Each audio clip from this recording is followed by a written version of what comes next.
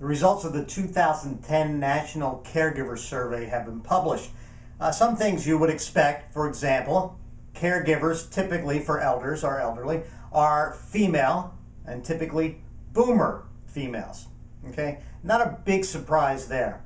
Not a surprise to me, but maybe to you, is the fact that most of these boomer females admitted that they actually take better care of the person they're taking care of than themselves. And in fact, there are some studies that show that the mortality of caregivers is sometimes worse than the person they're actually taking care of. Bottom line is caregivers don't take care of themselves. 36% of them work full-time. And what was surprising to me, the majority expect to be caregivers for another 10 years. That's a pretty big burden. And what they asked for most was counseling and support. So we need more help for the caregivers. Now, how does that happen? Obviously, in our communities, it can happen in our church settings, neighbors looking out for neighbors.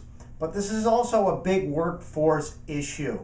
Caregivers taking more time off to care for mom or dad. Obviously, productivity suffers even when you're at work because you're probably not fully engaged. And, you know, there's some things, even technology solutions can help, remote monitoring systems, things like that, where at least if you can't be with mom and dad, you might be able to keep a lookout for them. But the thing is that there are your friends and neighbors around you. Many of them are probably in a caregiving role. Also kind of compounded by the fact that, the sandwich generation, where the kids are going off to college and not being able to find a job, they're moving back home. So there's a lot of burdens, but it's really starting to affect people's health.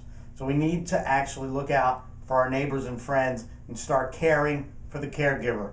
Thanks.